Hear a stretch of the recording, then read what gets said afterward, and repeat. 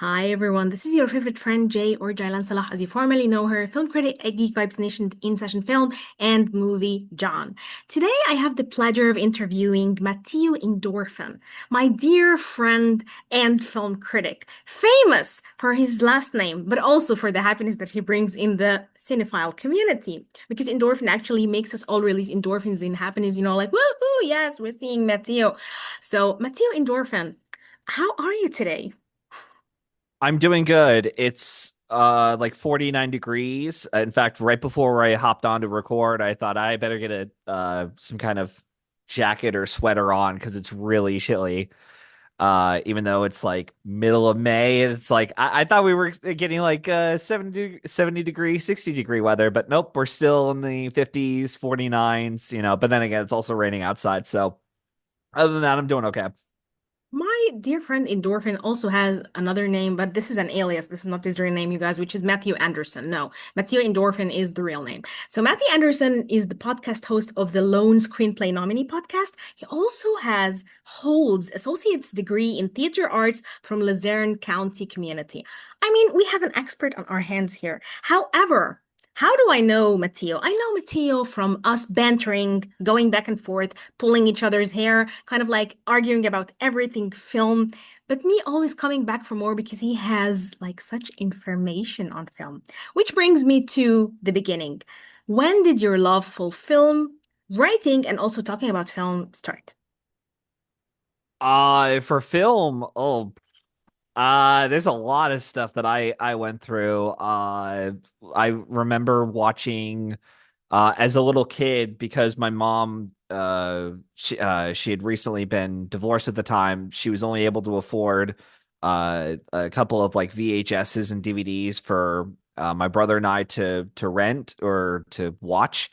And just to list off a few, like Jumanji was one we kept watching over and over again. The first Lord of the Rings films. We also watched stuff like Power Rangers, Dora the Explorer, I think was another one we saw as kids. Um, as far as like, just even jumping to where I am now with the podcast for the Lone Screenplay nominee podcast, that pretty much started off, I would say, around, I'm trying to think. I think our first episode was in July of 2023. It was right before the Screen Actors Guild strike went into effect.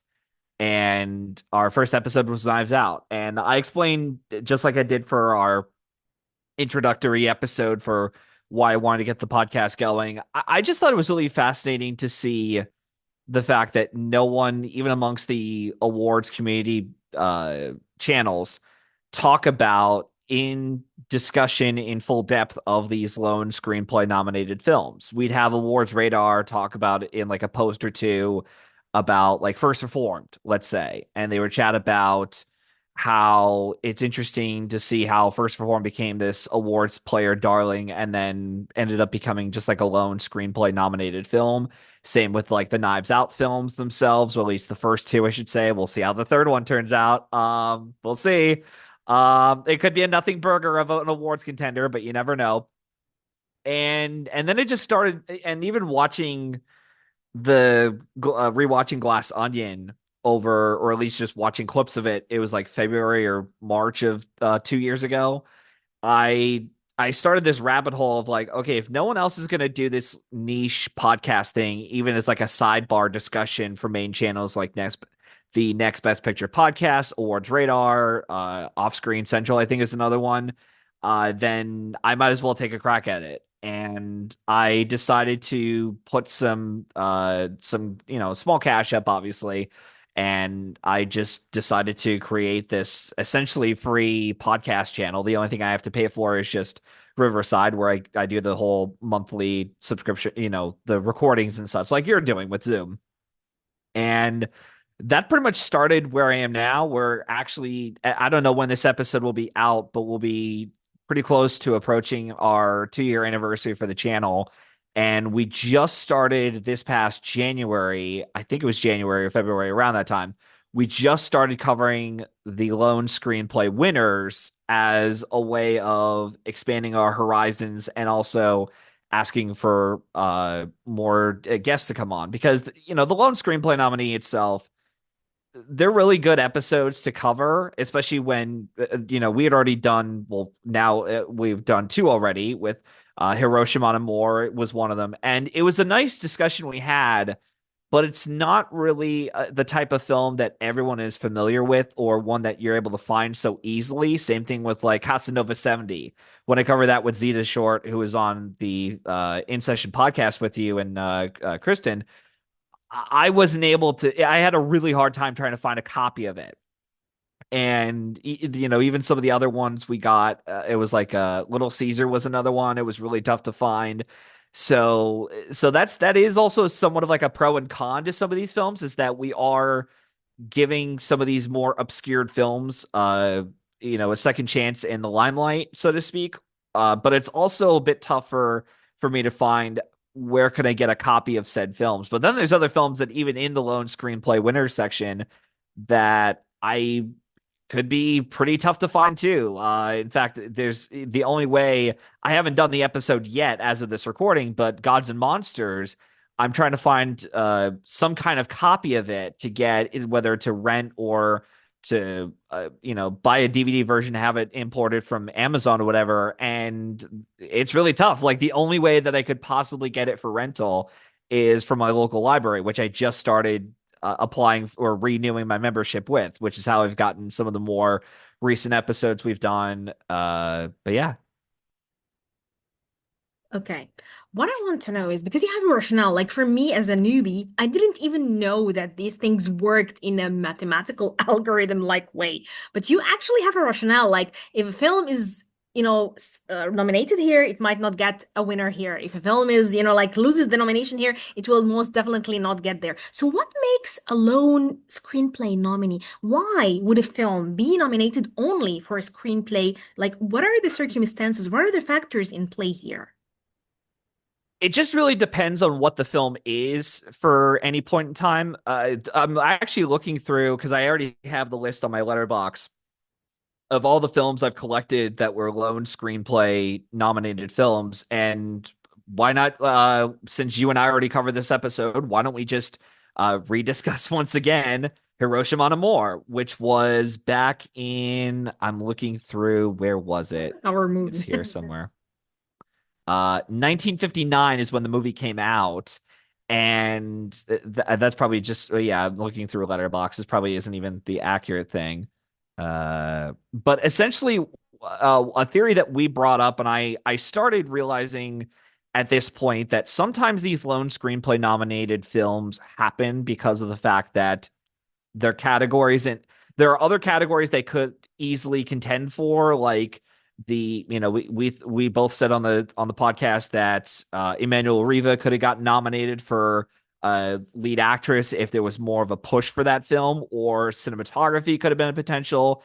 But then you look at what was nominated in those years respectively. I think The Apartment came out because even though it Hiroshima and More came out in 1959 at the Cannes Film Festival, it wasn't given a United States theatrical release until like 1960, or eligible until the next year. So I'm pretty sure, as I'm looking on, I now I'm like multitasking and being like, where is it? 1960. I should have had this up. Uh I'm looking through Hiroshima. Yes, we want the Uh precise Yeah. date. Yep. Okay. Yeah. So Hiroshima and More competed in the original screenplay category only, and it lost to uh yeah, they lost to The Apartment. So it sometimes is a case of it just like, here's the one category we can give you a nomination for, or it could be in the case of Crocodile Dundee, which I already mentioned a couple times in my episodes, where that became such a gigantic hit at the time. It was in like the top three, top five highest grossing films of that year, and because of its impact on it had such a cultural impact, and even Paul Hogan, I believe is the star of the show and the co-writer of the film, it just became enough to where it's like, this film isn't going to get much else out of like awards traction, so to speak, outside of like a Golden Globe nomination for a comedy musical. But other than that, that's pretty much going to be what the film is going to get. Even May December is another one where it just got the lone screenplay nomination just because there was really no chance that that film was really going to compete for anything else, especially when Netflix was already going to push for other films. Like Maestro was really the biggest one that they had, and I always knew Maestro was going to be Netflix's biggest push. You have a film directed and co-written and starring Bradley Cooper, who is a multi-Oscar nominated actor and And your favorite filmmaker. actor. Yes. Yeah, well, one of my favorites. But he Um, is, yeah. and it's like, okay, do we go with Bradley Cooper, who's got a hot streak with the Academy, or do we go with Todd Haynes, even though amongst the industry voters this is really a touchy subject matter that they're pointing at about method acting and even about actors in general, and Actors taking on abusing these. real people, getting them into fantasies and using them Yeah, exactly. They wouldn't and want that out. and covering these like soap opera drama like productions, so to speak, or stories I should say, that actually happened.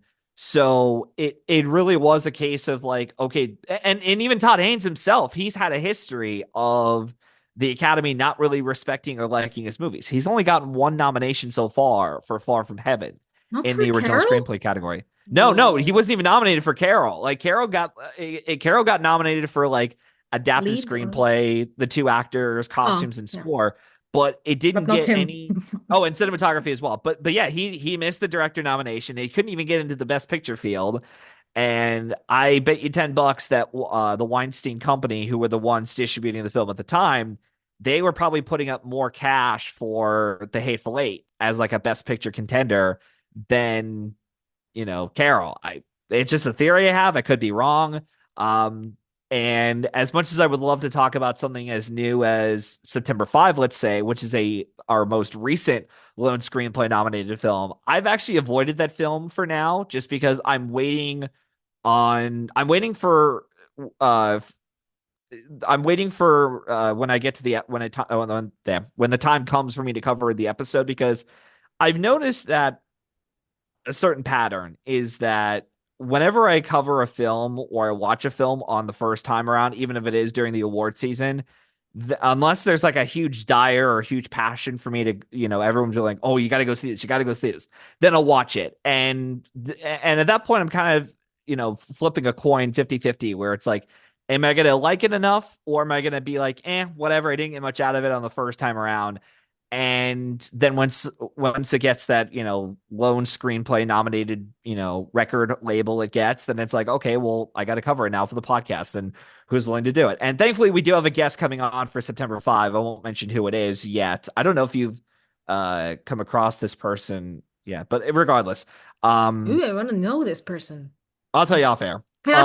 Okay. Yeah, yeah, Excited. yeah. Months from now, people are like, "Oh, that's the guy Matt's referring to." Okay, Ooh. but yeah, but no, yeah. So he'll come on for the episode, and when I heard it got the lone screenplay nomination, I was like, "Yes, awesome!" So now I have I correctly predicted the lone screenplay nominated film, and I have a guest for it, and I'm going to actively avoid watching this, even though I've been told ahead of time. It's just like, yeah, just another whatever Oscar bait, type of film. But yeah, it's just sometimes that happens. It really just depends on the year and what occurs with the film.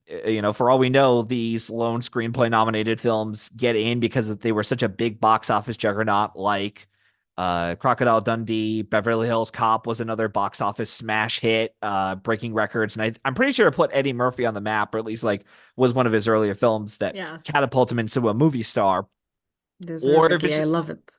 or it's just a case of, you know what, we couldn't really get into any other categories, so here's the one less crowded category we can get it to. So there you go. So it's just things like that. Okay, so you have this strategy for the lone screenplay, but you also predict really well. Like, okay, when we are starting award season, which is now, let's be honest, like one of the hottest seasons ever, taking place in the cinephilia and film loving and even film criticism world and online world in general.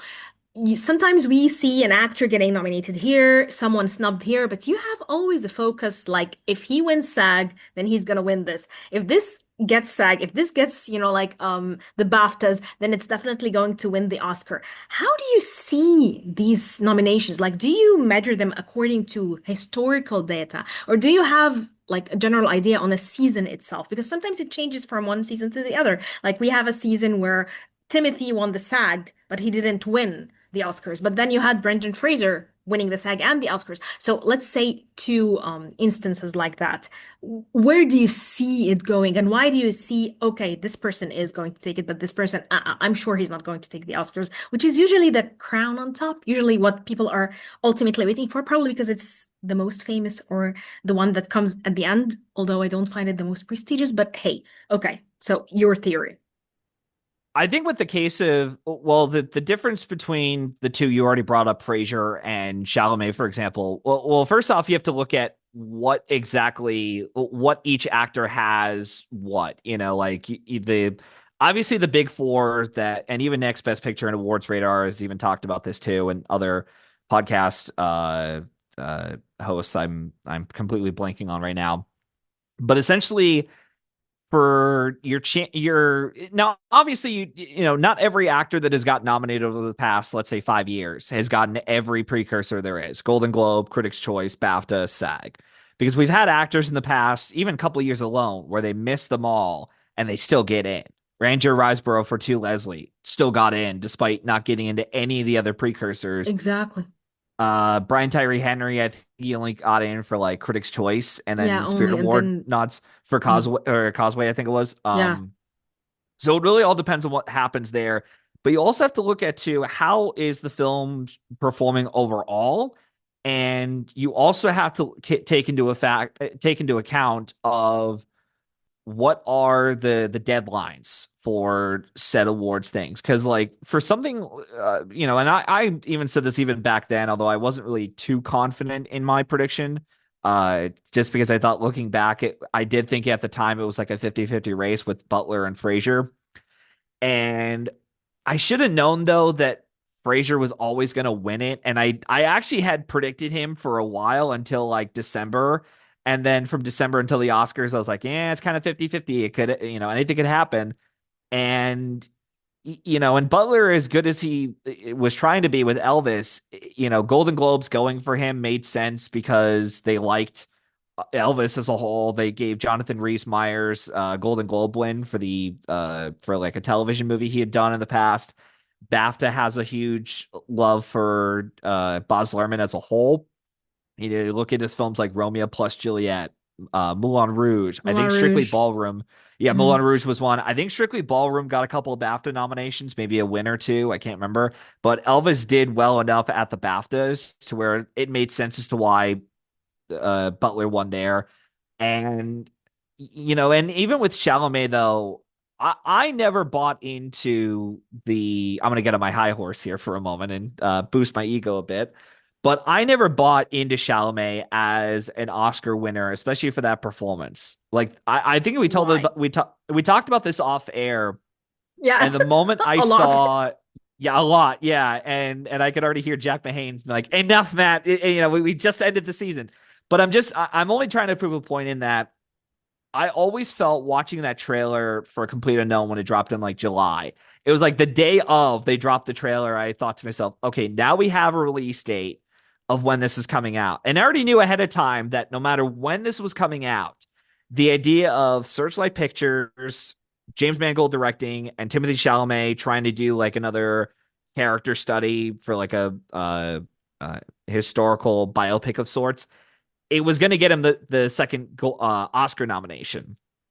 But I never bought him as like an Oscar winner, just because not every film that's nominated for picture or even the above the line categories tends to win.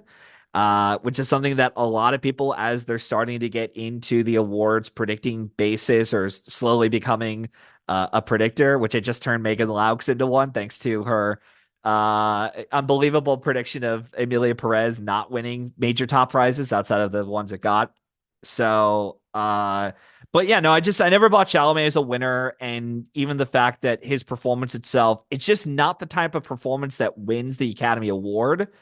And I would argue that even though a lot of people amongst the industry have gained a lot of respect from, or yeah, he's gained a lot of, like, Chalamet's gained a lot of respect from the industry, but he has, like, I would argue even too that there are other people in my circles I've talked to who have said, oh yeah, like there's other actors around Chalamet in A Complete Unknown that act circles around him, like Monica Barbaro, who got her Oscar nomination in the supporting actress category, Edward Norton. Like there's other actors in the ensemble. Elle Fanning, I've actually heard a couple people will be like, oh yeah, I thought she did a better job than Chalamet did. And Scoot McNairy was another one who's not in it a whole lot, but still, it like Everyone, in my humble yeah, opinion, did better than Chalamet, but continue. Yeah, I just yeah, hated the and performance. and even and yeah, it's a reserved performance, and it's one where the character himself is just so, like, he has such a mixed reaction and reception from the public, from the public entirely. So yeah, so the idea of him winning the Academy Award for this just seemed really off to me. Even when I saw it, I was like, he's not winning for this movie. There's no way that they're going to give him the Academy Award for this, even though SAG went for him. And a lot of that, and this is something that I do want to credit Jack Nahanes for if he's out there listening. Jack really brought a good point about how when it came to ZAG, the Screen Actors Guild voting, they had the fact that A Complete Unknown got the four nominations it got, ensemble and the three actors. It showed that that was a higher priority to watch for Screen Actors Guild voters than The Brutalist, which only got lead actor for Adrian Brody. And it didn't get Felicity Jones a supporting actress nomination. It didn't get your boy Guy Pearce a supporting actor nomination. So, if anything, looking back, it really showed us that SAG was willing to watch something that had more nominations and was a much more commercially well, let me do an air quotes on my fingers are in the camera, commercially successful film, and more of a audience, crowd pleaser somewhat. But I would still argue, even though A Complete Unknown did make money at the box office, I'd still consider it an underperformance at the box office because it didn't really double its budget from the worldwide box I office. It mean, was like, compare it to Elvis, for example, which made yeah, like a major box office. Yes, exactly. And I would argue that this is not because of Elvis, it's because of Austin Butler. Sorry. But and also the fact that so it's yeah, that is I'm not here talking about bias, but I'm talking about actual numbers. Like yes, Complete Unknown covered its budget probably, but it didn't break, like the numbers for a biopic, you know what I mean? Unlike Elvis. So yeah. well, and also had the benefit of being released in the middle of June. The only thing playing at that time was Top Gun Maverick, and they just thought, okay, and Jurassic World was the other one. So it's like, all right, so what else could what else is there for us to see? Like, if you're an audience goer in 2022, you're like, we've already seen Maverick. We foolishly thought, oh, let's go see the new Jurassic World movie, even though it's so And it stupid. sucked. Exactly. Yeah, it sucked big It time. was awful. And yet it made $1 billion. See? But also too, like, Baz Luhrmann's films are box office hits. Like, he's Because had a they're good very reputation. exciting. With the audience, I feel like they're a feast for the eyes. I mean, yes, they don't get that same appeal from awards probably, but people just love them. I Yeah. meet a lot of people who love, but apart from cinephilia world, of course. But I really meet a lot of people who actually like Baz Luhrmann films. They have a lot for everyone.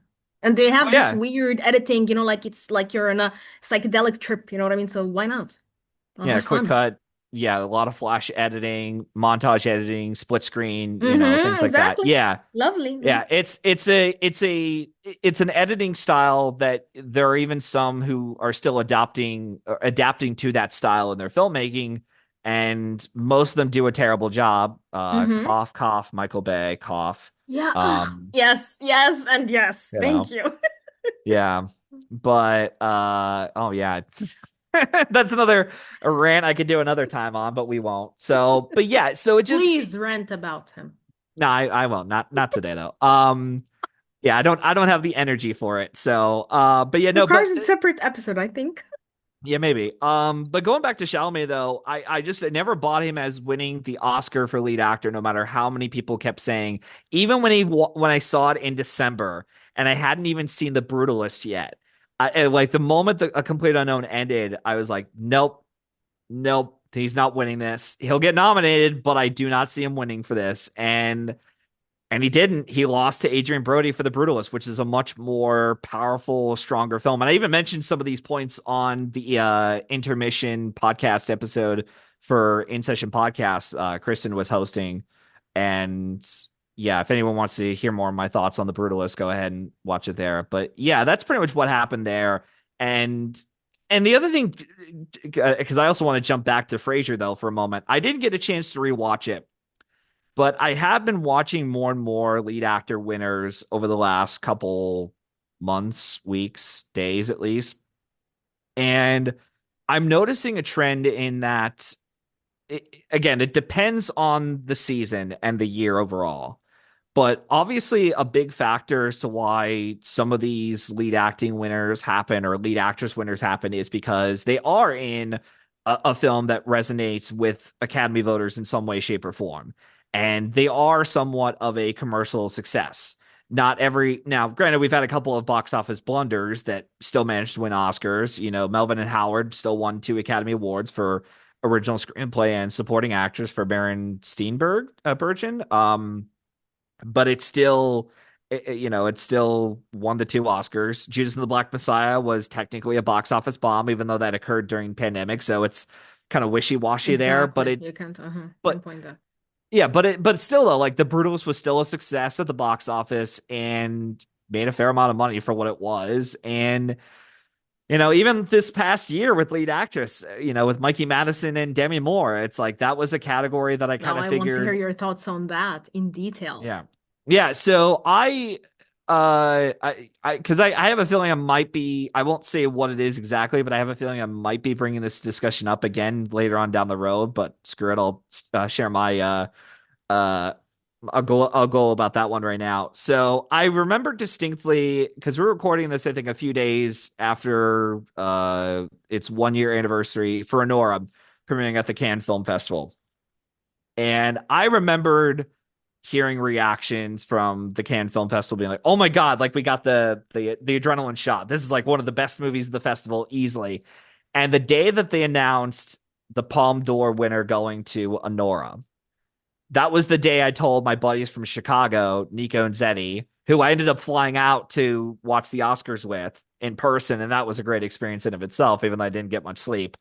But I remember texting them. I said, "Guys, this isn't just another, a Palme d'Or winner that we can just, brush off. It's like, oh yeah, Sean Baker finally won the Palme d'Or prize, which he had even said in his speech he'd always been dreaming about wanting to get for years as a filmmaker, and that to him was like his quote unquote Oscar.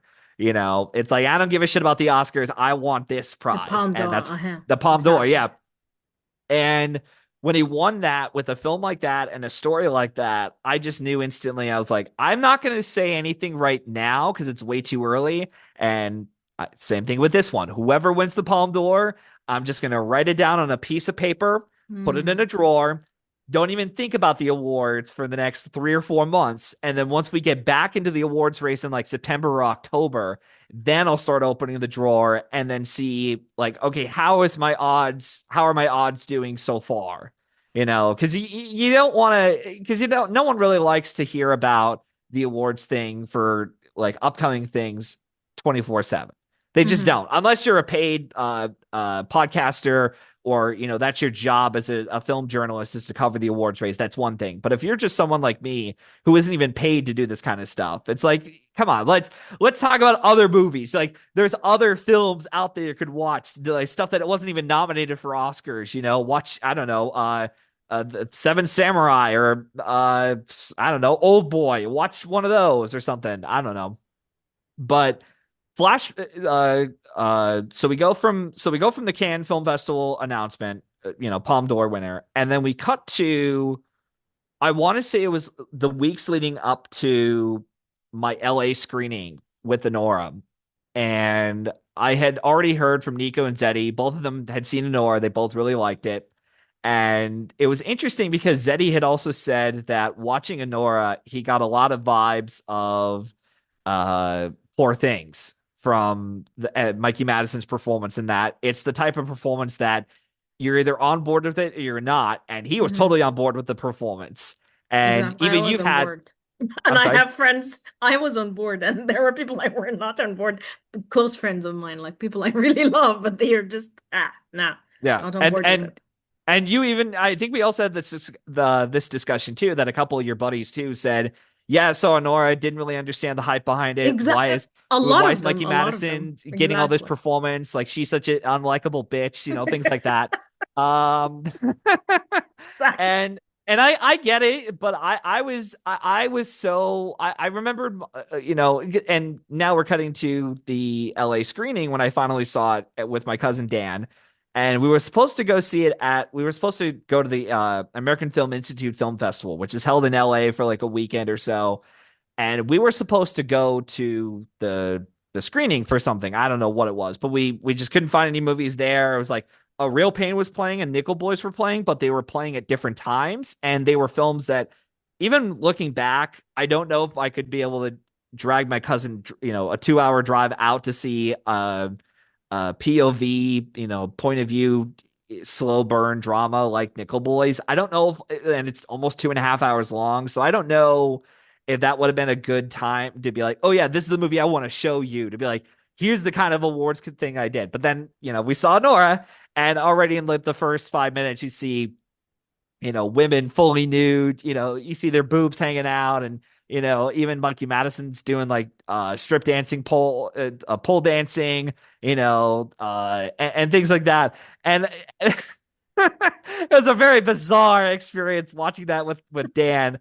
And all I could think about maybe 20, 30 minutes in, I'm like, I'm just, holding my hand on my head. I'm like, I'm not like, I don't even let Dan make eye contact with you, because if he does, I had a feeling that he was going to be like, you watch this shit for the Oscars? Are you kidding me? You think this is going to be kind of some kind of awards player? This is trash. Um, and no, he was pleasantly surprised how much he enjoyed the movie, and he was glad that he saw it with me.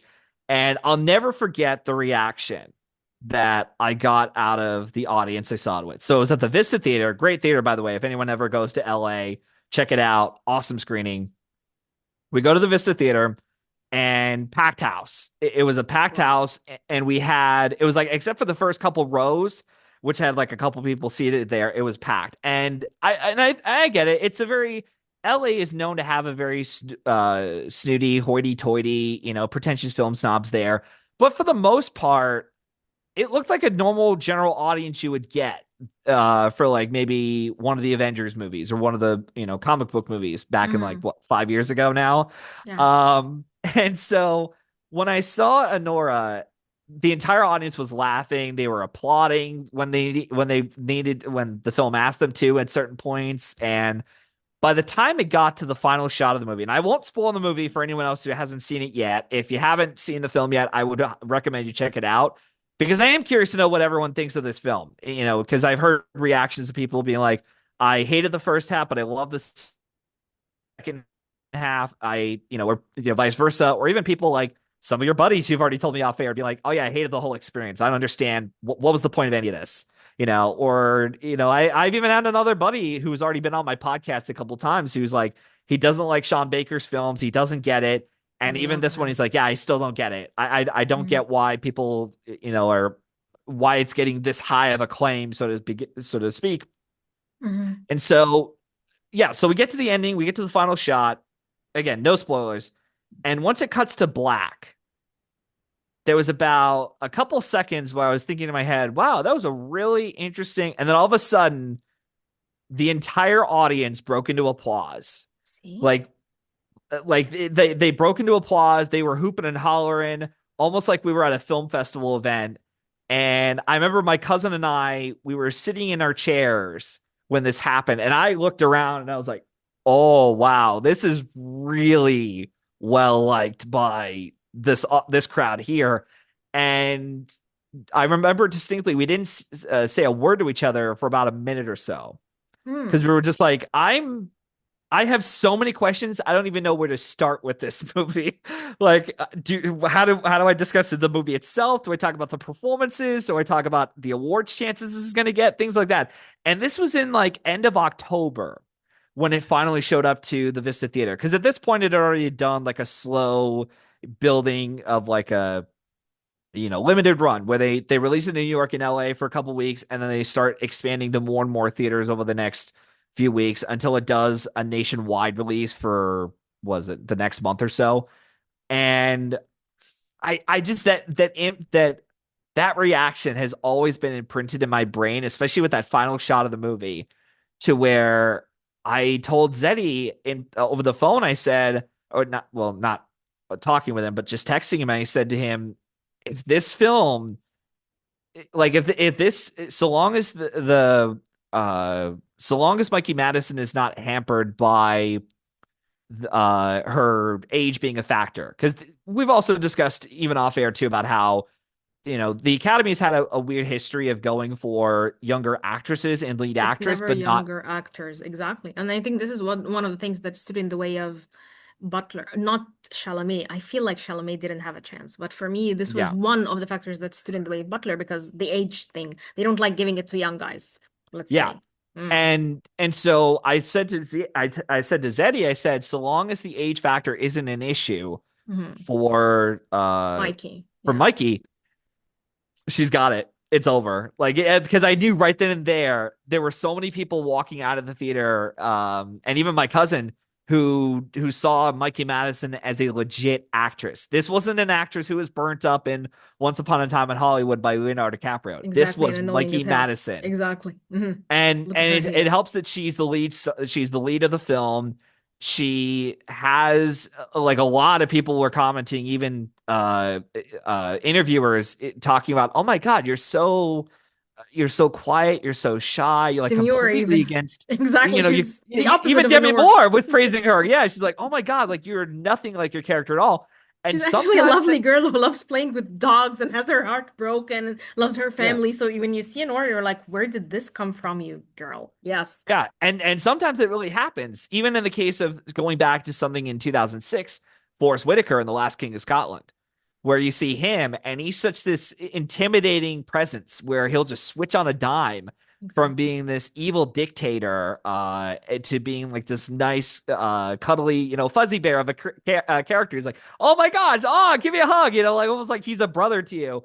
And it's really really good acting, and sometimes Hmm. that really does help. Like, it's just one of the many things as to why certain actors win Oscars for their films, and sometimes it just doesn't. And I think the one lesson though that we should take from the Academy Awards over the last couple of years, especially when you're predicting these winners, it has to be when these actors win their Oscars, it has to be more than just the narrative. Yes, the narrative can help you can help you pretty well, but if the film itself is not sticking to Academy voters on an emotional level, they're just not going to really care. Like, again, Fraser and the Whale won that Oscar. Yes, the narrative helped him, but I would argue the film's themes and ideas of fatherhood and even him leaving his child, like the film is about him on his last days. So these Because things kind of work for our voters. yeah, and Appeals to them a lot. even though us stickler critics would be like, "Oh, that's so manipulative. It's so It shallow. It's is. so forced." An average It's Oscar awful. voter, they're just He watching this movie shouldn't and they're like, have won this "Oh, Oscar, just saying. Yeah. I'm okay that he won." I'm not. But regardless, But honestly, but this helped, like not just the narrative, but the character itself and the circumstances appealed to the voters. This is what you're saying. So how yeah, did Nora appeal to voters? Are you serious? No. it really is The because of rags the to fact that riches thing or the reverse Cinderella thing or what? it's both of those things, and it's the one movie of the lineup that everyone could collectively agree that it was just a movie that everyone could get their mind off of what's going on in reality, especially at that time, where you were able to just sit down, watch a movie for 2.5 hours or however long the film was, and just not Like worry you didn't about. exactly, didn't even feel like for me it went very fast. It was very well paced, an Yeah, enjoyable story, and it was at the heart of it an enjoyable story. You know what I mean? There were no yeah, like the camera work is, like or this or that. There was nothing. It was just a lovely story from start to finish. yeah, So for me, this was very enjoyable, honestly, and a character I rooted for, and I rooted for her. I'm sorry to yeah. people who didn't, but I really rooted for that kind of I'm character. not sorry. I'm not sorry at all. Like, I'm Some of them okay, are like whatever. my It's just dear yeah. friend. And Yeah. they're gonna That's hate this like episode, but your I want them opinion, to. man. Exactly, yeah. Yeah. But But no, that was, and even Tara Khan, I already had on my podcast for the crying game. We were talking about it a little bit after we recorded our episode a couple months ago, whenever the episode dropped. And he was stunned I was able to get Anora right as a best picture winner. And I had predicted that as like the de facto winner the moment I saw it, yes, up until I would why? say, Why not The Brutalist? Why not one of the others where people were just conflicted about them? Tell me. so already from the start, if I could just pull up my best picture Oscar category that year, because it was so like, okay, all right, so already we can just cut right out of the gate. The Substance was never going to be a best picture winner at all, period. Nickel Boys, I'm Still Here, Dune Part 2, A Complete Unknown, they were never happening. I never bought personally that Wicked was ever going to be any kind of awards player outside of some texts. So, oh crap, sorry. Damn, I'm fumbling around here with the wires and such. Yeah. So, anyways, that was never going to happen. So we're down to the Brutalist, Honora, Conclave, and Emilia Perez.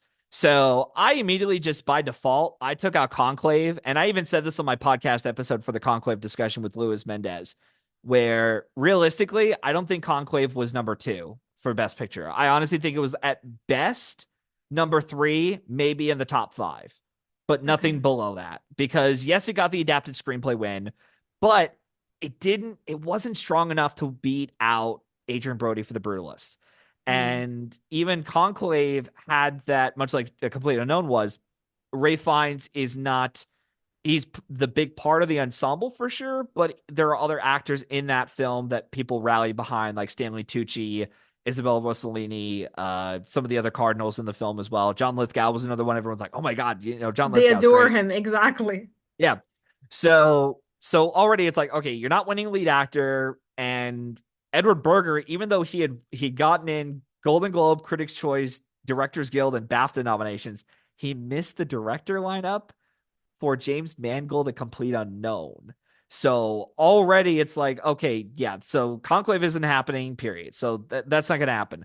I did think for a while after the Golden Globes, though, up until I would say Critics' Choice, that 1, 2, 3 punch of Critics' Choice, DGA, and PGA, I did think Emilia Perez was going to be the upsetter, and maybe Netflix could finally win Best Picture. But looking back, they were never going to win Picture Thank you. because of what the film was, and even the fact. And And the Lewis even brought up, controversies. yeah, well that too. But Lewis also brought up a really good point about how most of the Best Picture winners we've had over the last 10 years or so, the audience scores on Rotten Tomatoes, Metacritic, they are a pretty good factor into some of these tighter races. Looking at, jumping a couple years, what was it, like a year or two ago with the visual effects category with Godzilla minus one, it being like a big upset at the Academy Awards for visual effects. And it managed to win because it was one of the stronger, if not the stronger, visual effects contender of the lineup. And that was like a shit show of a race. It's like, I don't know, like Critics' Choice is divided, BAFTA is divided, Visual Effects Society is divided. Even this past year with the Nora, with editing, we were like, even if we got the Editors Guild winners before the Oscar winners were announced, we would have been fucked. Like, there's no way any of us could have predicted Honora unless you were that certain it was going to win editing. Or if you took a lesson that I'm now going to take from here on out, is that Yes, this whenever season. whenever we're in a tight race, especially in the tech categories themselves, because over the last couple of years, even Christian Hanna brought it up on his Twitter page, we've had at least one below the line category be like a big upset of the night. All Quiet winning production design. I already mentioned Godzilla winning visual effects. Dune winning editing, which I called, by the way.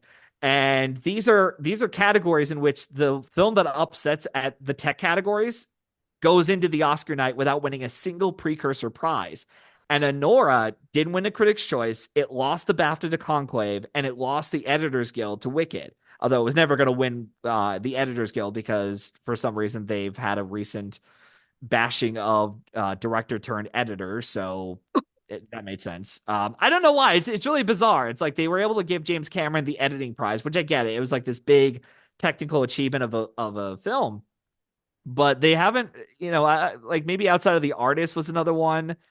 They just the editing guild just doesn't like director turned editors and giving them awards because Conclave didn't not Conclave what was the film Gravity didn't even win the dramatic category. It lost to Captain Phillips that year, which is strange. Of course.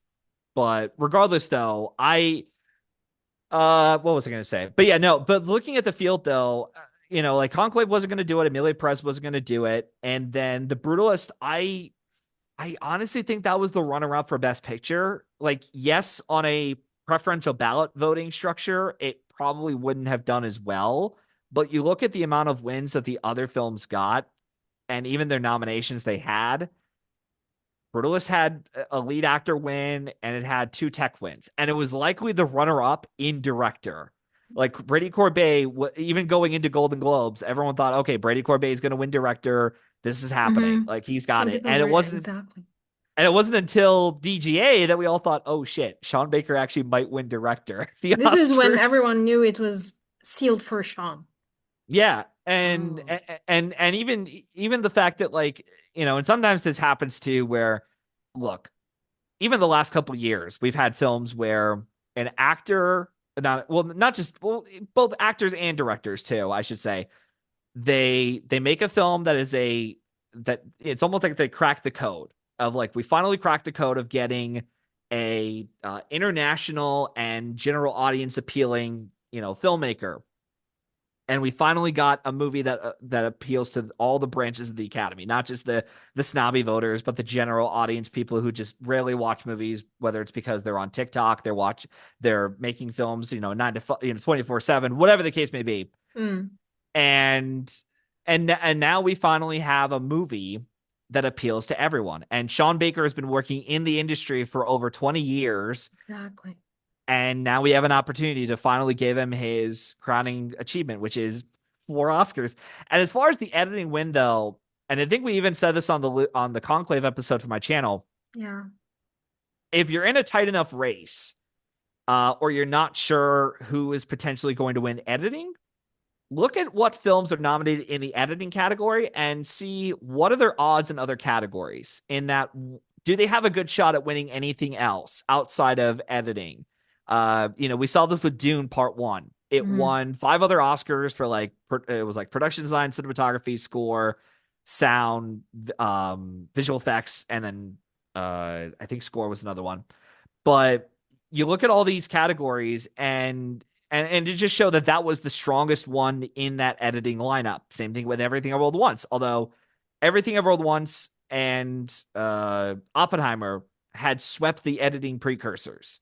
So, unless you were being bullish like I was the Everything Ever Rolled Once year, you knew that the editing prize was going to go to the strongest film of the lineup. But we've also had other years where something like Girl with the Dragon Tattoo managed to win editing at the Oscars with just Critics' Choice, okay. missed the BAFTA nomination, and it lost the American Cinema Editors Guild award to the Descendants, I think it was, and it still won the Oscar.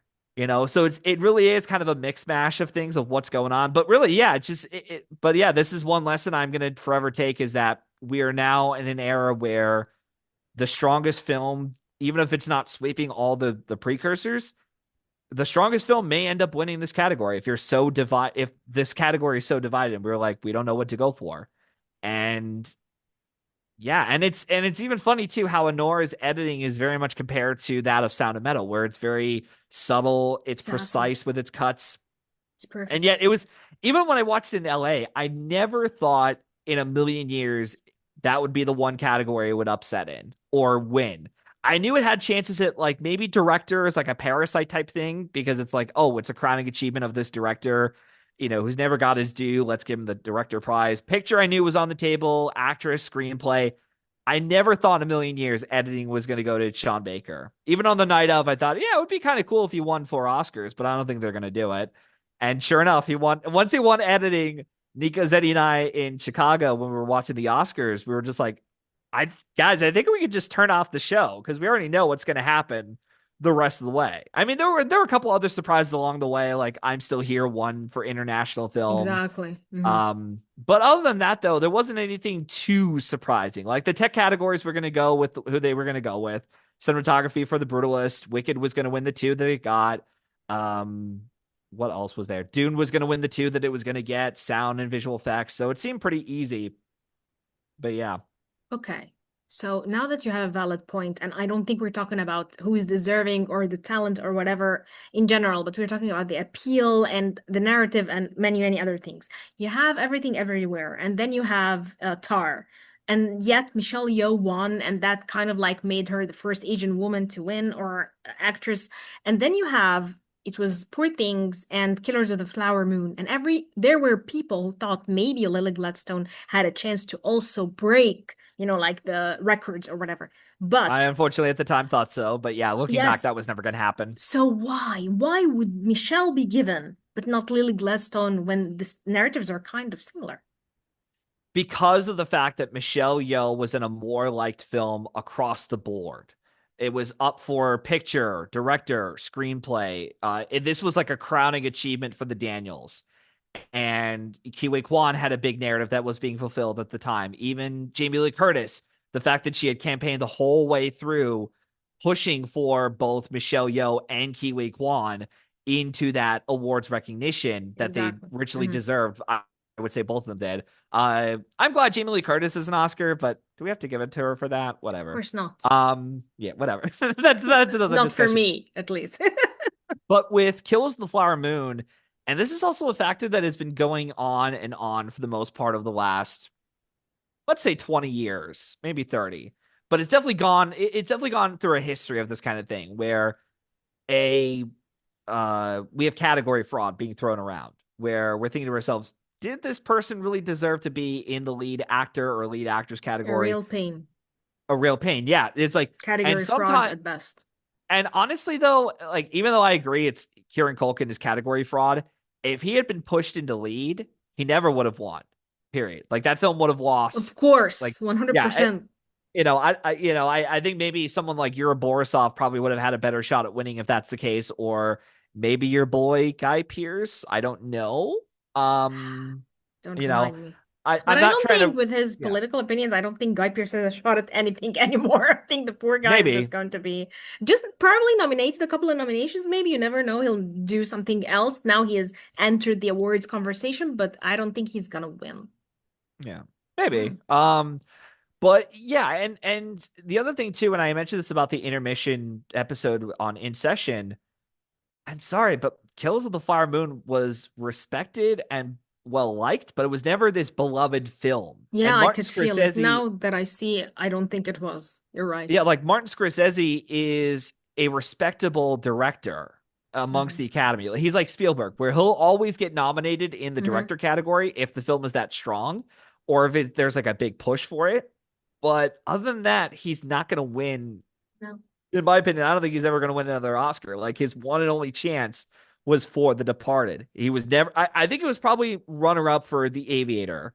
I think it was the Yeah. runner up for The Aviator. Maybe Goodfellas. He was the runner up for too. But other than that, and maybe Raging Bull. But he was never that close to where he was like, oh my god, he was this close to winning the Oscar. But I just don't see it. And yeah, and even the idea of the fact that it's a not 2.5, 3.5 hour epic with no intermission, and the only Yeah, thing that it was that's really painful. I'm sorry, but it was a painful watching experience for me. Like I'm tired sometimes. Like some yeah, films deserve to be shorter. And the love that I have for Scorsese, I don't think this movie deserved to be that long. It was yeah. really annoying. Well, I've seen it twice now. So Do you like I it? I do Like actually. I liked love it. or just like? That's No, what I want to know. I think it's pretty good. I don't Yeah, think it's near like I exactly. don't think it's nearly as great as like The Departed or even The Irishman, I would say, but it's still Goodfellas pretty are one of good. these old school thingies. Yes. Yeah. But other than that though, like look, I get why and even going into the awards race, it was like Lily Gladstone or bust. And if you're at that point where it's like you Why? only have Why was she bust? Okay. well, bust is in like your film's gonna go home with nothing. Okay, but not her as in lead actress Well, yeah, well, I mean, she was really the only chance, like her category was really the only chance of that to film save winning that film. anything at the Oscars. Exactly. Yeah, it's like the fact that they didn't even nominate it for adapted screenplay when you have Eric Roth, who's a multi-Oscar nominated and Oscar-winning writer, That's scary. Yeah, that could and it's like say that it couldn't something. even get in for adapted. Yeah, it's like okay, and then Leo missed for lead actor too. But I also think the problem that she ran into too was category fraud, in that a Mm, lot of people, even amongst Academy voters themselves, thought, is she really a lead or is she supporting? she's Same thing supporting. happened with Viola Davis and unfortunately Chadwick Boseman for Ma Rainey's Black Bottom, where there was a lot of Although discussion at this the time was of like, a do brilliant film. yeah, where it's like, do we want to put, are they really in the lead or supporting role? And that happens sometimes where you're sharing screen time with your co-stars, and that really does kill your chances. I also do think it killed Bradley Cooper's chances with both A Star Is Born and Maestro, where even though I think I would have been okay if he had won for Maestro, and I would have loved for him to win A Star Is Me Born. too. Star is Born for me, I would have. But Maestro, no. But Star is Born, his But performance like was just he yeah. was the same as good as Gaga, if not even sometimes like he really elevated her. I don't know. I think the Mm. credit went for Gaga, but he really played that broken, drunk, like fading musician in a brilliant way. Yeah, and he was great. And yeah, he should have won the Oscar for that. Because I bet you $10, whatever the film he finally wins his Oscar for, it's gonna be like, oh God, really? You went for this fucking movie? It will Like be Kate like one Winslet of and the the worst. Reader. Exactly. It will be like a Yeah, terrible one. Yeah, a kid was it for the yeah. reader. Exactly. Terrible. Um, but yeah, so sometimes that happens where it's like, yeah, and Poor Things was catching on strong, which is something that I didn't realize at the time, even though I knew it was going to get all these nominations, like director, adapted screenplay, picture, lead actress, Emma Stone. I just didn't. I don't know. I just like as the series progressed, I'm like, I don't know if I really trust the BAFTAs for going for like being a reliable enough of a push for me to predict Poor Things to win lead actress and all these things. But it really helped because Oscar voting had ended.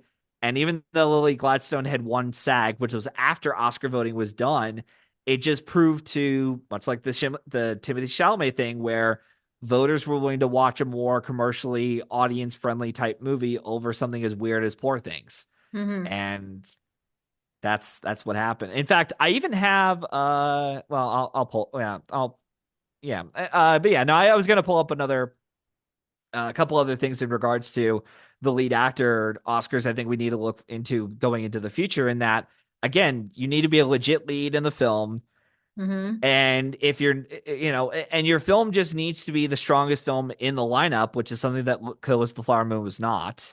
Of course. Um, and on top of that, it's like, again, it's just like I again, I just saw like this past year, Adrian Brody and Mikey Madison, like as we were going into the final days and like a week or so into the Oscars, I thought, I seriously think Mikey Madison's going to pull this off, and it really was because she was in the stronger film. It was the most beloved film, and if by being the strongest film, sometimes it does equate to also being in the Best Picture winner itself.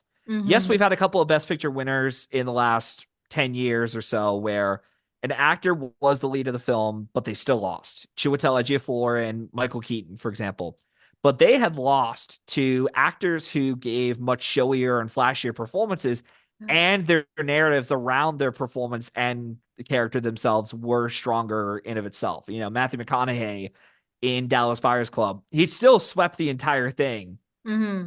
He had except all the awards. he had all Okay. the awards, and the only thing that he wasn't eligible for was BAFTA because I don't think they submitted it in time, which allowed Chiwetel Ejiofor to win just BAFTA. And with the case of Eddie Redmayne, it's like he's just playing a much more This was the likable flashy, character. exactly. I mean, this was his year, Yeah, definitely. So yeah. and Keaton ran it, and I'm also noticing another pattern too, and I wonder I'll see if this is also a pattern going into more of these social satire old Hollywood films or just Hollywood films in general. I'm noticing a trend, and I don't know if you noticed this too, about how whenever we make a film that's pointing a finger at Hollywood, like The Substance, Hmm. Birdman, All About May Eve, I haven't December. seen. I'm sorry. May December. Yeah, yeah, May, In December. a Yeah, that's way, another one. anything that Um, points a finger at Hollywood or the movie industry or actors in general. I haven't seen Sunset Boulevard yet, but I'll get around to it down the road. But regardless, those three films I brought up, the Academy overall likes the film enough to where they'll nominate it for picture, director, screenplay, and an acting nomination. But the Uh-huh. lead actors themselves don't win the Oscar. They are spiteful against them because they are like, yeah, you're kind of on a conspiracy against us, so no, we're not gonna give you this. May December, of course, got the worst treatment because all the things that you mentioned, but I mean, I don't think they're gonna ever award an actor kind of like poking or on the nose on the industry itself. Like maybe we love the movie, we're gonna award the movie or just give it respect, but not you. You're out. Yeah. Yeah, we don't like you, Charles Melton, Mr. Exactly. TV show, teenage drama Riverdale, bullshit. yeah, exactly, That's what it yeah. was, Riverdale. That's what he was in. It's not gonna give it to you, baby. Yeah, exactly. um, but yeah, no. So I just yeah. So that's something going forward, just in general, that I'm curious to explore is to see if there's more social satire Hollywood movies out there that are about Hollywood, pointing a finger at them to see if there's anyone that's managed to win an Academy Award for that. Because I don't know if there has. And The We Aviator need to doesn't compile a count. list. Like this really I needs a should. list. Exactly, because Yeah. we need to learn more about this. Like, has there ever been a film about the inside of the industry, kind of like exploiting it or whatever, that has won for actors or not? Yeah. I almost did a compilation list of father figures and dads and such winning Academy Awards, but then nah, I'm kind of bored with this list, so someone Exactly, else will because do it. there is a lot, and oh my God, and some of them are like cliche and boring, and they won just for Yeah, I know what you but mean. that's why they win sometimes, just because they're so cliched and And boring. of course, the Um, Academy voters, the older ones, love this, of course. Yes, I could see that. Because there's the movie Life of Chuck, which I feel like is beloved by everyone. I haven't seen it, of course, but it's not my kind of movie, you know what I mean? So I could see if this movie enters a war, I don't know, it will be definitely for a particular factor that I personally hate, you know what I mean? Like a moving mhm. story. These things kind of like, I don't know, make me cringe in a way. I don't know. Yeah, I'd have to see how. Yeah, that's the other thing we also need to keep an eye out for. It's just basic studios, in general, to see like what are they pushing out. Because if you get an obscure studio like Bleecker Street, which don't get me wrong, I've even seen a couple of them during my time at Stevenson, where we were given, it might have been advanced screenings or something from them, but it was they were interesting. I liked some of the films that we got, but they're just not a big enough studio to be on the level of where Neon is at right now, Oh my God. A24, Or Paramount, movie, it's Warner going Brothers. Mubi is slowly becoming that kind of big exactly. studio. And I'm Yeah, holy scared of crap. it. Like, wow, look at the titles. They're all like snatching from Cannes. And I'm like, whoa, okay, you guys. They have a list now. Every single Yeah, film, you see a hype and then you see they're competing, overtaking it. Like, which is yeah. taking what? Which I find it hilarious though that they were the ones who came in to save the substance. Can you And believe? And it blew beyond their perspectives. Did yeah. you think they had that insight? Like, you know what? We can do it with this thing. Maybe. I mean, Was it just, it's. like we are actually a loser or we're not that prestigious, so we're just gonna get whatever we can get. Like I want to know where their heads were. I'm surprised that it managed to get into the best picture, conversation to begin with, because of the fact that I thought to myself when I got around to watching it finally, around like maybe early December, late January, somewhere around there. Uh, and when I finally saw the substance, I was like, okay, maybe this could get into awards conversations, because when it came out at the Cannes Film Festival, I thought it might get lucky enough to get into makeup. We'll see. And now we have like a really badass, cool makeup winner in of itself, which I think is awesome. I'm very much mixed on the film overall. I'll talk about that maybe another time down the road, but I definitely have to commend Corley Forget. I think I might have butchered her name, Coralie Farja. but I hope it's not another because one of my friends was like Coralie Farja, and I don't know what to believe. Like yeah, her, me, the system. I don't know. We're sorry yeah, for butchering your name, baby. but regardless, though, really good makeup effects and a really good vision from her. Like I could tell this is the kind of director you want to keep an eye out for, whether she's doing horror films or if she decides to do drama. 100% Um, yeah, killer.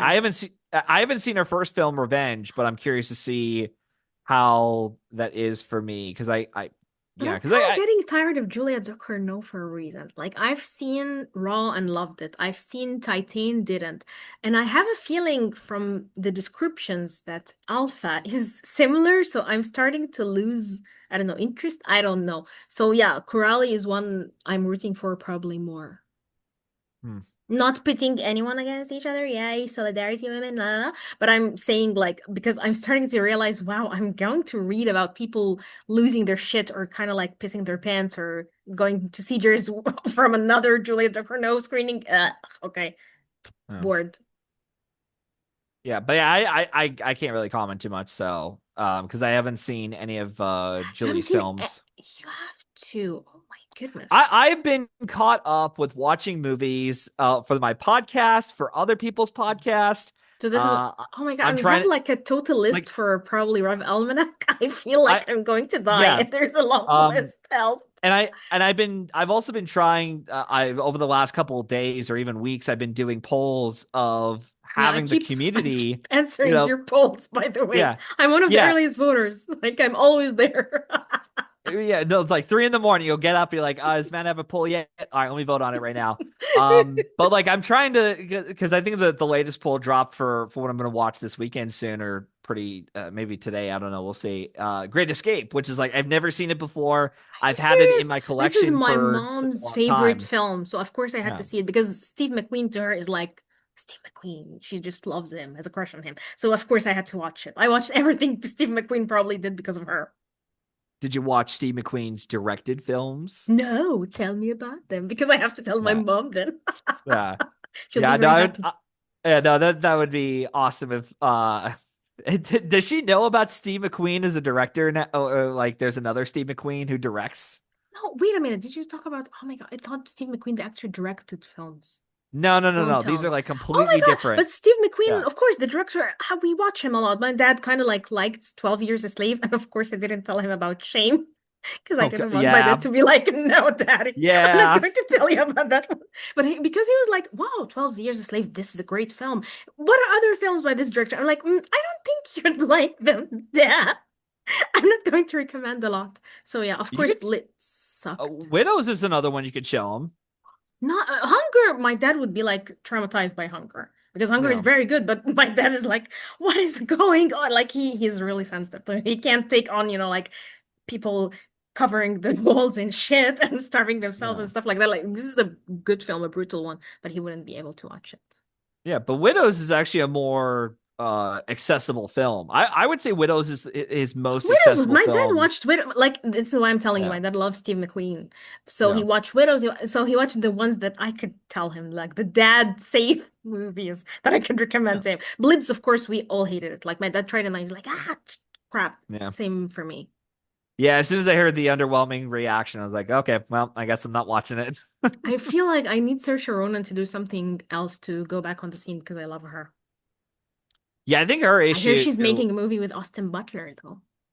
Yeah. Yeah, no, and granted, I'm not gonna, I'm not gonna be on here criticizing other actors' choices. Whatever they want to make. Like if this is what you feel passionate about or And I feel this want is her to something be you need to back. I feel do, like sure. she's trying to reach the surface, but I don't know. Like she was at a time, she was really, really doing it and getting it. But for some reason, she's out of the race. Yeah, I just feel like with her, she would have to work with a more uh a much more interesting director Hmm. that is weird. It almost feels like the newer Academy is okay with actors taking on riskier roles and being more weirder and obscured. With Hmm. like Emma Stone doing Poor Things. And then she's doing Begonia, where she has her head shaved and she's like kidnapped and tortured by Jesse Plemons. So this is okay. Yeah, She's going crazier, girl. And she's on Eddington too, although her role I think is not the crazy one. But yeah, yeah. she's Working with been Austin going Butler. and she's yes, my favorite. Uh-huh. Uh, So she's going like I mean she's going crazy and crazier. So I feel like Emma is not gonna stop. She's not going back to La La Land, Emma. yeah, no, I don't think she will. Yeah. And it's like But I feel even it's because of working with Yorgos. I feel like Yorgos seriously yeah. kind of like put her into this, like auteur artist, Zen mode. Yeah, even some of the other actors we've had that won the lead actress category, like Michelle Yeoh, doing everything I rolled once is a pretty weird decision to do. Is like, oh wow, you okay, yeah, that's a really interesting move you did as an actress. And even Mikey Mhm. Madison, the fact that she was willing to Look do at her all the new stunts in project. Anora. No, but Yeah. look at her new project too. She's going to be like what, a mermaid seducing Kristen Dunst. I feel like, okay, this girl, I swear, she is the best.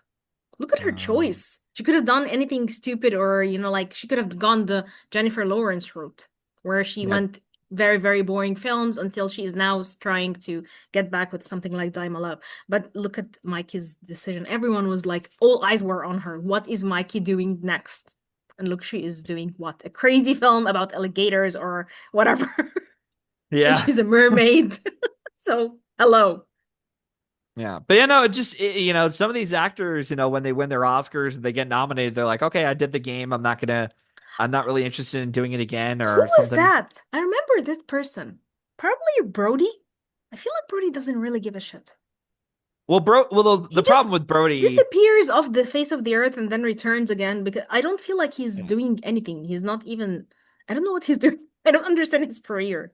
Well, the problem with Brody, and even Josh Parham brought this up on Next Best Picture, is that he shot his own career in the foot by picking choices, by picking movies that were out of his realm, but were to the point of this is not working. Like, why are you playing a romantic lead in King Kong? I know. Or doing these like Although I bizarre loved Naomi Watts critically in King failed Kong. movies that you've done.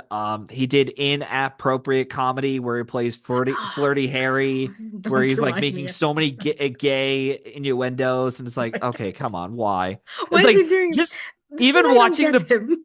even watching him in The Brutalist, like he's giving like one of his best performances of his career.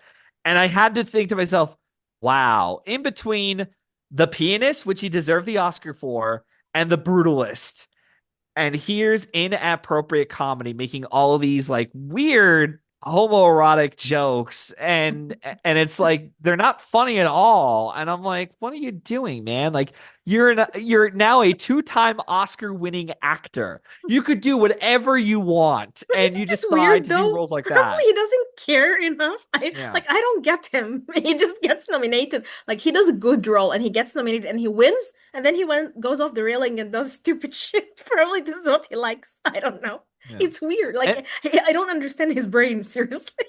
And the only actor so far, or not actor, but the only director who's been able to take Adrian Brody as like a legit actor and play different roles in his films is Wes Anderson. But that's With because like, Wes Anderson is not, I think, like a focused director actor. He just takes them into his Wes Anderson world and turns them yeah, into objects. Like I feel like actors are frames, vignettes in his films. So probably sure. that's why they Yeah. all Wes Andersonize themselves. Yeah. Are you calling yourself a Wes Anderson hater?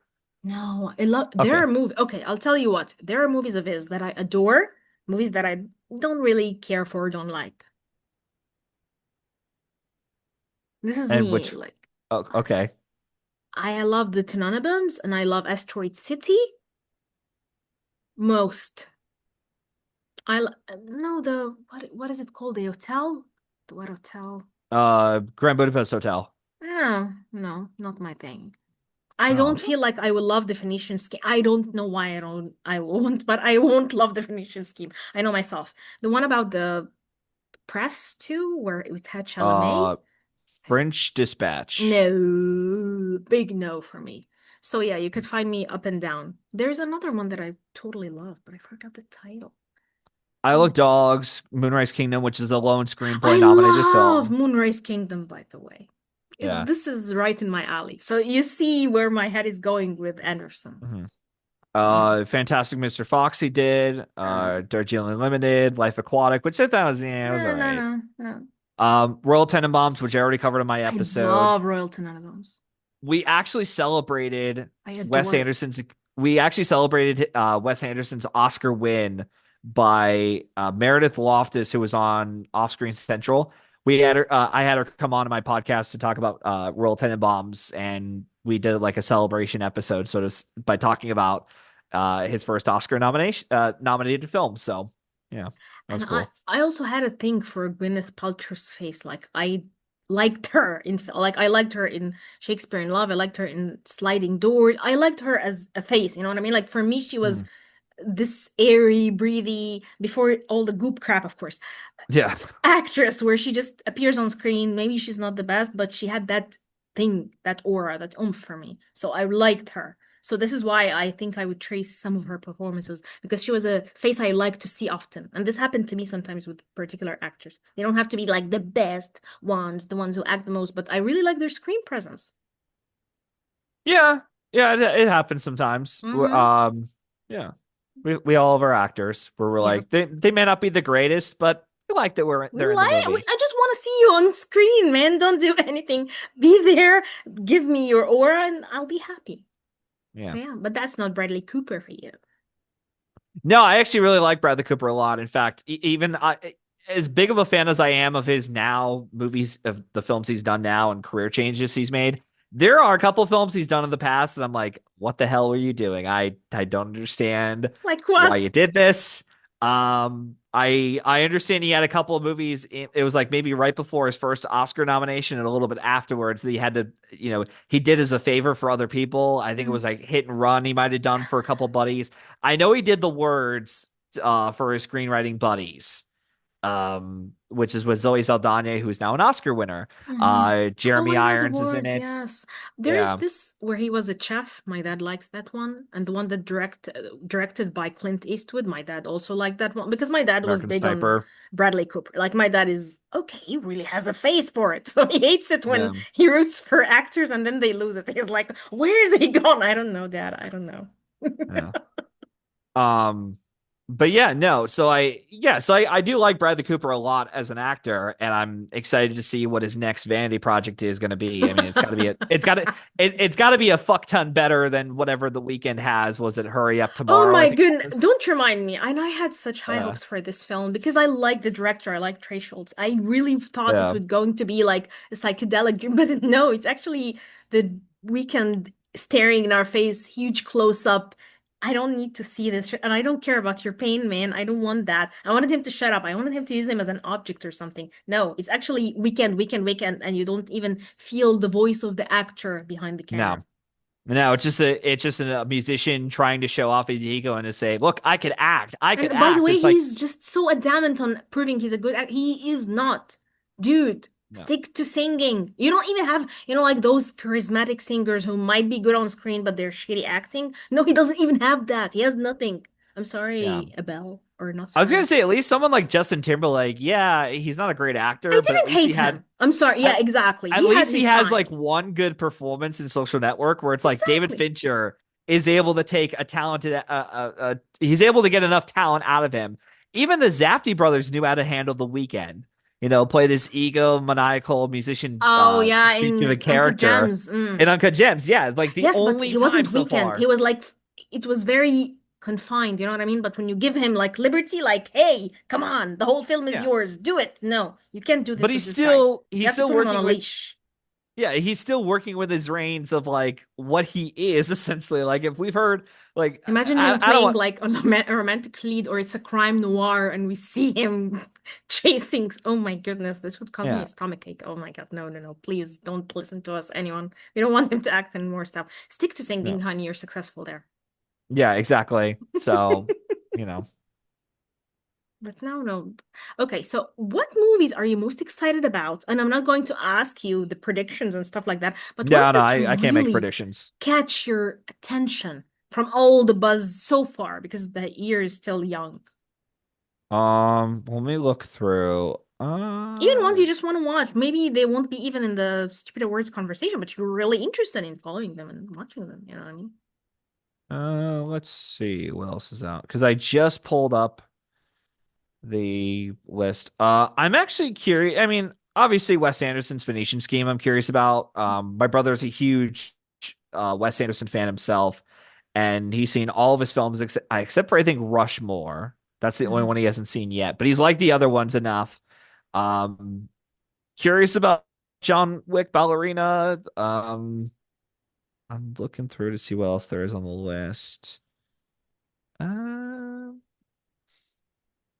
God, yeah, there's not a whole lot. You know what? I'm a little bit curious. Not that I'm gonna rush out and see this on the big screen, but I am curious, at least a little bit, to see how Spike Lee does with Highest to Lowest, But I really which want to is watch this one. yeah, Exactly. it's Especially an given the old one.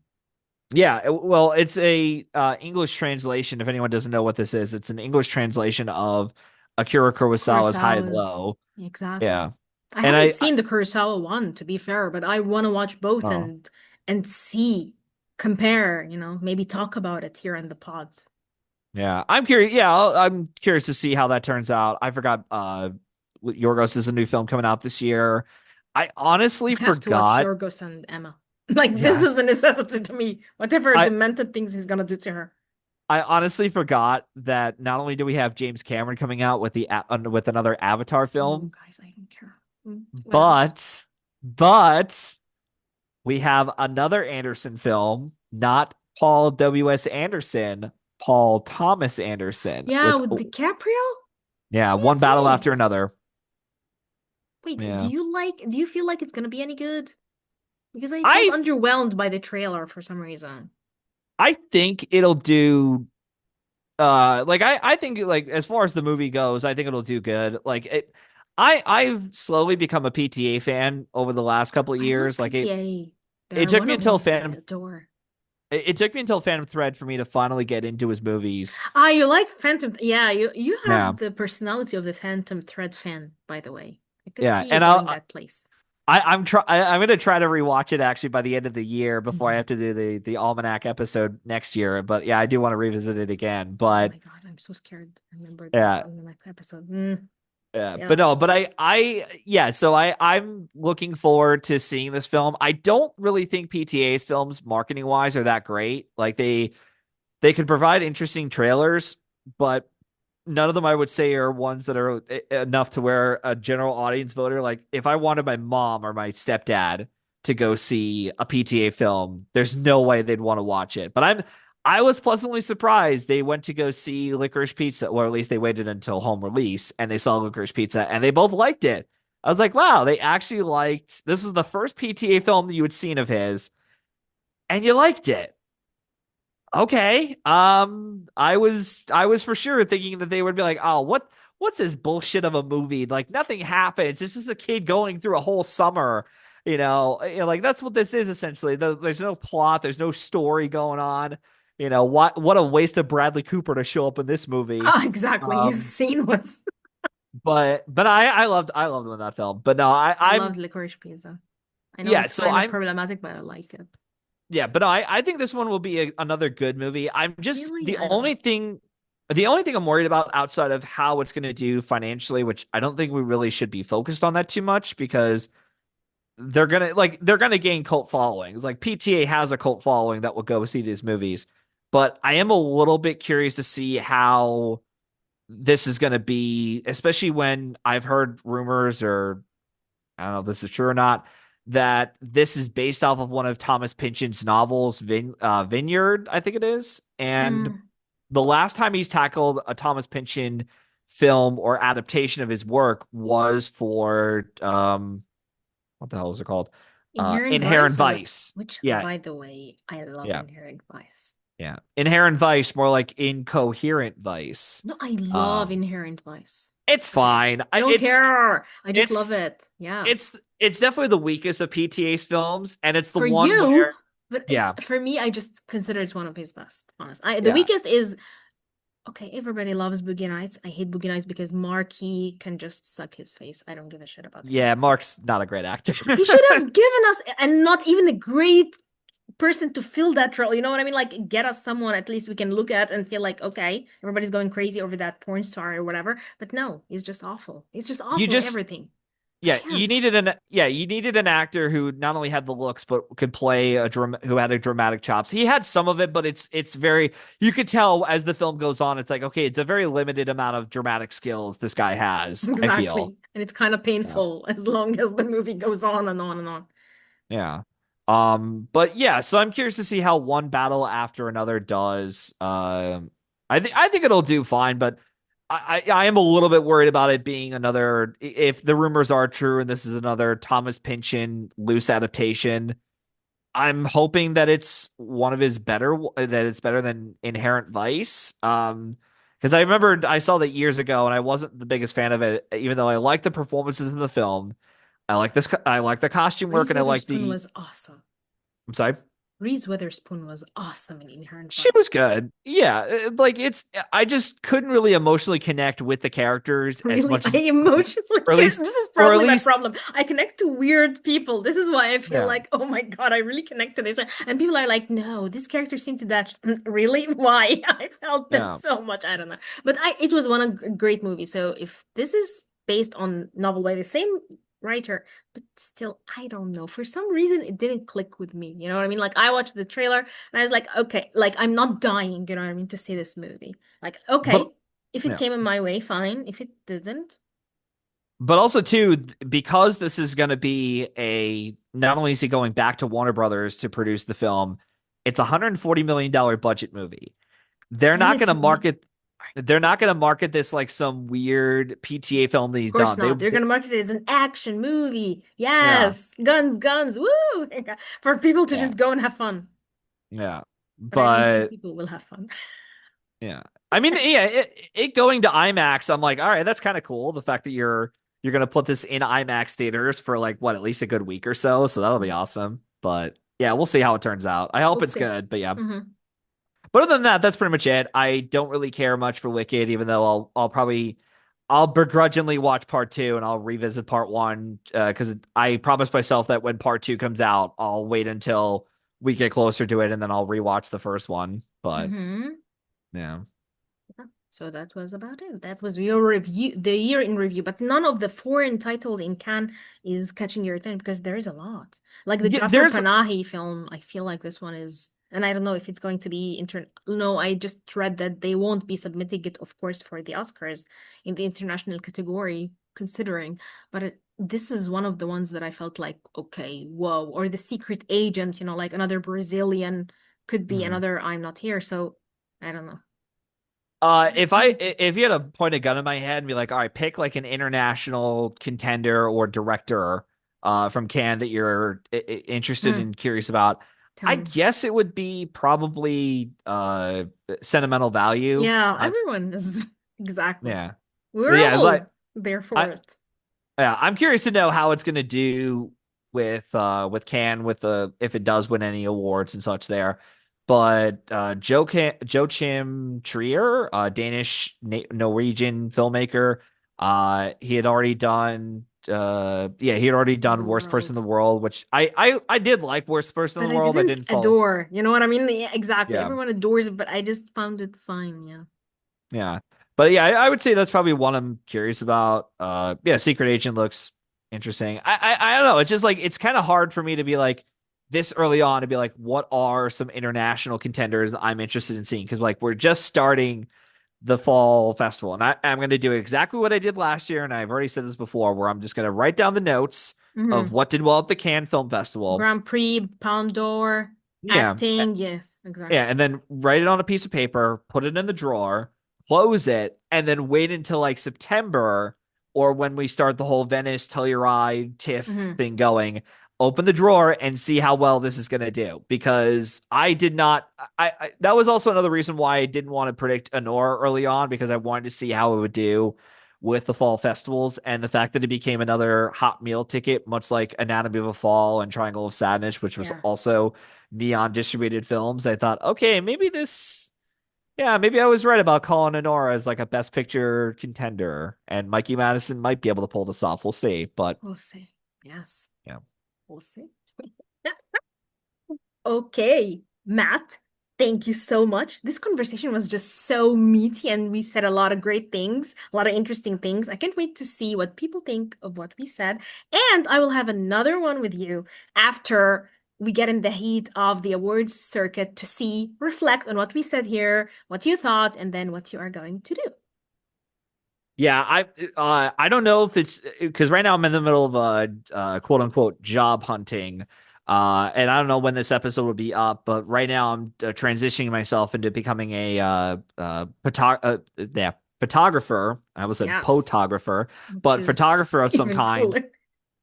So I'll see how much money I can come up with. But if I'm at if I'm financially stable enough, then my goal is to try. A keyword is try to fly back out to Chicago and Ooh, go to the International Film Festival in October. that's So great. maybe we could do an episode around then. I don't know. Maybe before. We'll see. We'll see, we'll see. But it's a good You know. opportunity for you to go to the Chicago International Film Festival or whatever, because then you would see things earlier than the rest of us. So yeah, kudos to that. Yeah. And this time it'll be one where I'm like, oh yeah, if we see another, if Nico Zetti and I see another Amelia Perez type contender in person, You have we could all be to like, check there'll them. be two of us be like, that movie fucking sucked. That was awful. And then one of us is like, yeah, I thought it was all right. Because I remember when I told them I thought Amelia Perez was okay, and it almost felt like not that it came across this way, but I could just feel the energy coming from them to be I like, know what you mean. jumping out and choking me, like, you didn't think it was the worst thing ever. Like, yeah, it was whatever. Yeah, whatever. Exactly. Yeah. Well, thank you, Matt. This was fun. Hopefully Yeah, you this had was fun as fun. well. Yeah, no, I did. I would definitely be interested in coming back on Yeah. for another awards discussion thing, whatever you want to call this, chatter. Yeah, yeah, yeah. Yes. Adios. See you guys.